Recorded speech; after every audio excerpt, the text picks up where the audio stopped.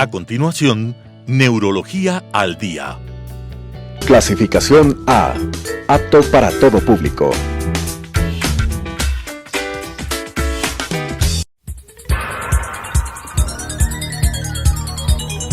Las opiniones vertidas en este espacio por la producción y dirección del programa son de exclusiva responsabilidad de sus autores y de quienes intervienen en ellos. Telesucesos Canal 29 UHF presenta Neurología al Día, un programa que trata de afecciones del sistema nervioso con la conducción del doctor Ramiro Montenegro López. Neurología al Día. Buenos días, amigos televidentes de Telesucesos. Tengan ustedes muy buen día. Les invito a escuchar y ver el programa de hoy en nuestro programa de los jueves y domingos, Neurología al Día.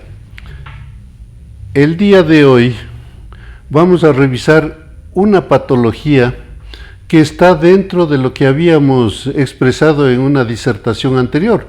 Recordarán ustedes, los que ven permanentemente el programa, que en una disertación anterior habíamos tratado el tema de la meningitis crónica y habíamos dicho que hay múltiples causas que pueden provocar esta patología, que recordando se denomina así cuando los síntomas han rebasado las 4 semanas, es decir, que antes de 4 semanas se considera que es un cuadro de meningitis aguda o subaguda, pero si se extiende por más de ese tiempo, ya hablamos de meningitis crónica. Y entre esas múltiples causas de producción de meningitis crónica está una enfermedad que vamos a revisar hoy brevemente, que es la toxoplasmosis cerebral. ¿Qué es la toxoplasmosis? La toxoplasmosis es la infestación o la contaminación con un parásito, el Toxoplasma gondii. Así se denomina el productor de esta enfermedad, el Toxoplasma gondii. Y hay que mencionar que este parásito unicelular, un protozoario, está distribuido enormemente por todo el planeta y se considera que alrededor del 50% de todos los humanos están contagiados por el Toxoplasma gondii. Por ventaja, solamente el 80% de los infectados desarrollan síntomas. El otro porcentaje generalmente se considera que entre 5 y 10% del total de contaminados con el Toxoplasma gondii son los que desarrollan esta enfermedad que inclusive puede ser congénita, entre comillas congénita, es decir, que está presente ya en el feto. Ya vamos a ver cómo se produce ese fenómeno. Antes es necesario poner mucha atención en relación a cómo se adquiere el Toxoplasma gondii. Como les acabo de decir, está distribuido por todo el planeta y una gran variedad de aves y sobre todo de mamíferos son los portadores del Toxoplasma gondii. Los animales domésticos y aves pueden estar contaminados o ser portadores del Toxoplasma gondii. De ahí que, como sabemos lamentablemente en la actualidad, una gran cantidad de ríos a lo largo y ancho de la Tierra están contaminados y dentro de esa contaminación va el toxoplasma afectando el agua de consumo humano. Y se ha podido establecer, aún a través de estudios científicos, que ni la cloración del agua la deja libre de ser portadora del Toxoplasma gondii. De ahí que en la actualidad aunque se cuente con agua potable, es necesario aún filtrar el agua, porque el agua es uno de los principales medios de contaminación de los humanos. Pero la otra forma de cómo se contagia es a través de los alimentos contaminados con heces o con orina de los animales portadores del toxoplasma, entre los cuales están gatos, conejos, puercos, perros y algunas aves, por ejemplo las palomas, pueden ser portadoras del Toxoplasma gondii. De ahí que otra de las formas de contaminación de esta enfermedad es el consumo de carnes poco cocidas o crudas. Hay que tener mucho cuidado cuando se consume este tipo de carnes y es mejor no consumirlas porque puede adquirirse a través de ese consumo el Toxoplasma gondii, entre otros parásitos, virus, bacterias. Pero adicionalmente también se puede contaminar, como dijimos antes, tomando agua contaminada con el parásito. Una vez que una persona ha ingerido el toxoplasma a través de carnes poco cocidas o mal cocidas o crudas, a través del agua contaminada y a través también de hortalizas y frutas no bien lavadas, se puede ingerir el toxoplasma. Una vez que se ingiere, en el interior del organismo se libera el toxoplasma, lo que se llama los trofozoitos de toxoplasma, y estos pasan a la circulación, y a través de la circulación están visitando, entre comillas, todos los órganos del organismo, siendo un órgano de predilección para la localización de los parásitos el cerebro y la retina, el cerebro y el ojo. Por lo tanto, las afectaciones que pueden producirse se derivan de esta localización. Habíamos dicho que el 80% de los infectados no desarrollan síntomas. Esto significa que el 80% de la población tiene una buena capacidad inmunológica para impedir que la enfermedad se desarrolle, en tanto que entre el 5-10% sí desarrollan la enfermedad.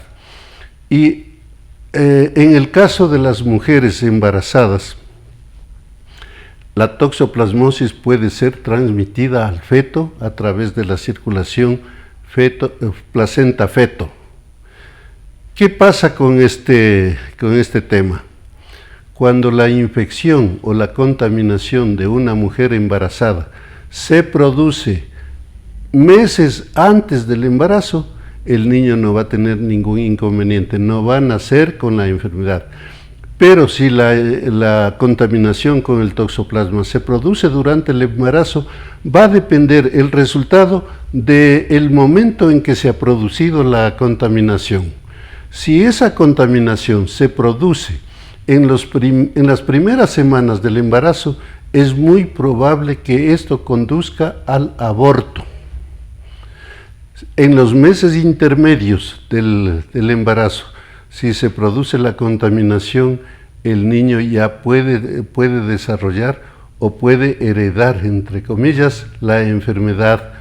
Y si es que la contaminación se produce en el último mes del embarazo, en las últimas semanas del embarazo, el niño puede nacer sano, aparentemente saludable, pero pocos días después o pocas semanas después se desarrolla la enfermedad. De manera que las mujeres que se embarazan deben tener sus controles con su obstetra para tener en consideración esta probabilidad, especialmente si tienen algún factor de riesgo como los que hemos mencionado, a través de los cuales se produce la contaminación. En los adultos, cuando se produce la contaminación y se desarrolla la enfermedad, esta puede tener un carácter agudo o un carácter crónico.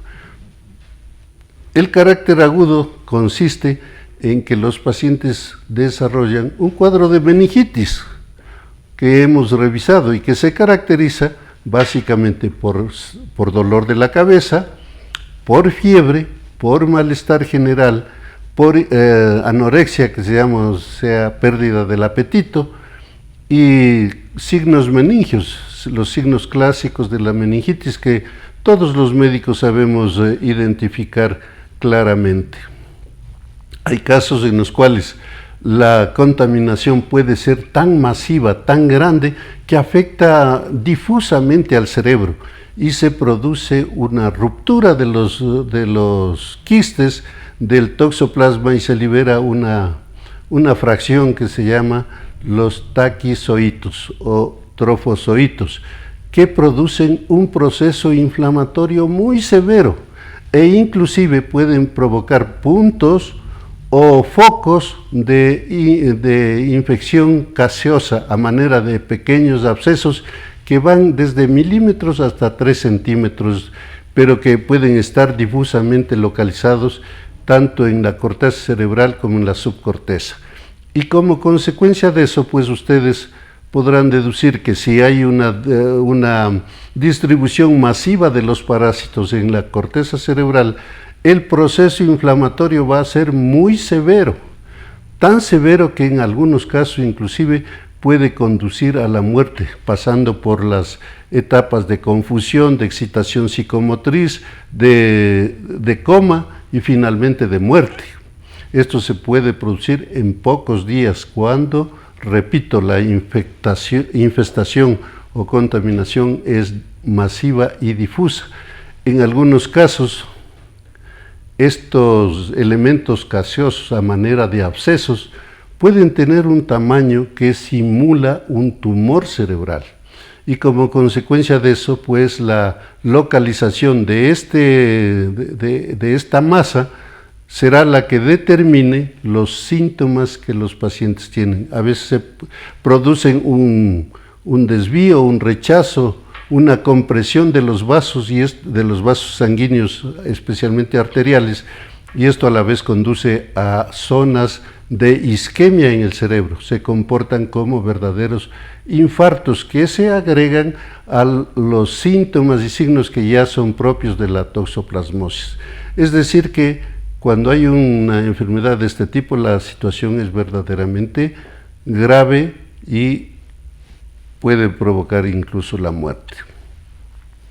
Cuando la persona se ha contaminado y no es tan grande el número de focos de contaminación, puede pasar al estado crónico. Y en el estado crónico los pacientes pueden desarrollar asimismo una serie de complicaciones. Se producen o se forman nódulos distribuidos en varios sitios de la corteza cerebral, a los que llamamos granulomas. Y estos granulomas asimismo pueden provocar irritación neuronal, inflamación neuronal, y como consecuencia de eso se producen crisis epilépticas, crisis convulsivas. El proceso inflamatorio puede también provocar un bloqueo de los sitios por donde circula el líquido cefalorraquídeo. Por lo tanto, el paciente puede desarrollar lo que llamamos hidrocefalia, que no es más que la acumulación de el líquido cefalorraquídeo dentro de los ventrículos, y al acumularse y no tener por dónde desfogar este líquido que se produce permanentemente dentro de los ventrículos, se va a producir un incremento en la presión dentro del cráneo. Se desarrolla lo que denominamos hipertensión intracraneal, es decir, el líquido está a presión dentro del cerebro, y esto, como podrán ustedes deducir, va a provocar los síntomas de hipertensión intracraneal, que son cefalea, es decir, dolor de cabeza que cada día se hace peor, se hace más intenso, se produce náusea, se produce vómito, se produce progresivamente alteración del estado de la conciencia, y si es que eso no se alivia, se producirá lo que se llaman fenómenos de herniación, es decir, las estructuras de los hemisferios cerebrales provocan como una manera de ahorcamiento del tronco cerebral y esto es incompatible con la vida. Por lo tanto, los pacientes pueden fallecer si no se alivia rápidamente la presión intracraneal.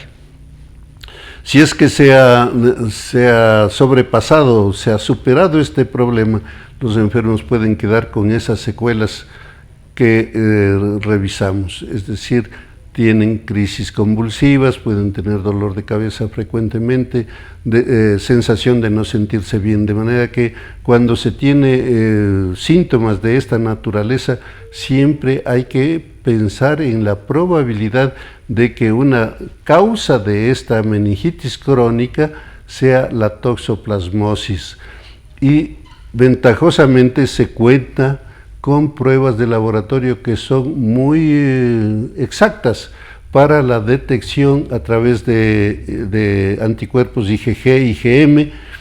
Para toxoplasmosis se puede identificar la enfermedad y el tratamiento también por ventura es bastante efectivo. Se utiliza un medicamento que se llama la pirimetamina o las sulfonamidas y con eso se logra la recuperación integral de los pacientes.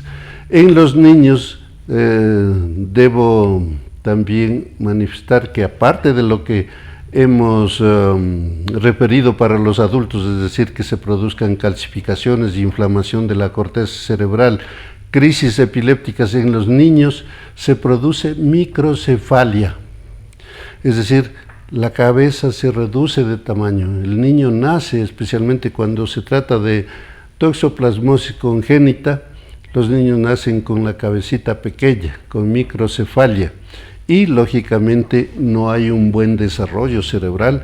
Por lo tanto, estos niños, aparte de que tienen la cabeza pequeña, de que tienen crisis convulsivas, tienen también retraso mental que es variable en su severidad, desde retraso mental leve a moderado y aún en algunos casos el retraso mental es profundo. De modo que, queridos amigos, es sumamente importante tener en consideración todo esto y sobre todo tener presente las medidas profilácticas con las que se puede evitar la contaminación o evitar el adquirir esta enfermedad. Así como se insiste en el caso del coronavirus, del lavado de las manos, también en la toxoplasmosis es necesario lavarse las manos, especialmente cuando se realiza labores en contacto con la tierra. Por ejemplo, las personas que se dedican a labores de jardinería, el toxoplasma está siempre presente en la tierra húmeda. Ahí es donde los gatitos se contaminan, porque luego de sus necesidades escarban la tierra y en las patas quedan impregnados restos de tierra con toxoplasma. Y las personas igual que realizan estas labores de jardinería en tierra húmeda especialmente, si lo hacen con la mano desnuda, seguramente se van a contaminar, porque por más que se laven con agua y jabón las manos, siempre queda algún residuo de tierra debajo de las uñas. De ahí que es sumamente importante realizar esas labores con guantes. Eso impedirá llevar los parásitos hacia la boca, porque lamentablemente los humanos realizamos algunos movimientos y en forma automática llevamos las manos contaminadas hacia la boca y de esa manera se produce la contaminación con el Toxoplasma gondii. Asimismo, hay que tener mucha precaución en el consumo, repito, en el consumo de carnes. Si es que se está consumiendo carnes crudas o poco cocidas o mal cocidas, hay alto riesgo de adquirir esta enfermedad producida por el Toxoplasma gondii. Esto es lo que les quería contar en esta ocasión y espero que les sirva para que puedan cuidarse y evitar una afectación que puede ser muy leve, pero también puede ser muy grave e inclusive causar las muertes. Muchas gracias y buenos días. Las opiniones vertidas en este espacio por la producción y dirección del programa son de exclusiva responsabilidad de sus autores y de quienes intervienen en ellos.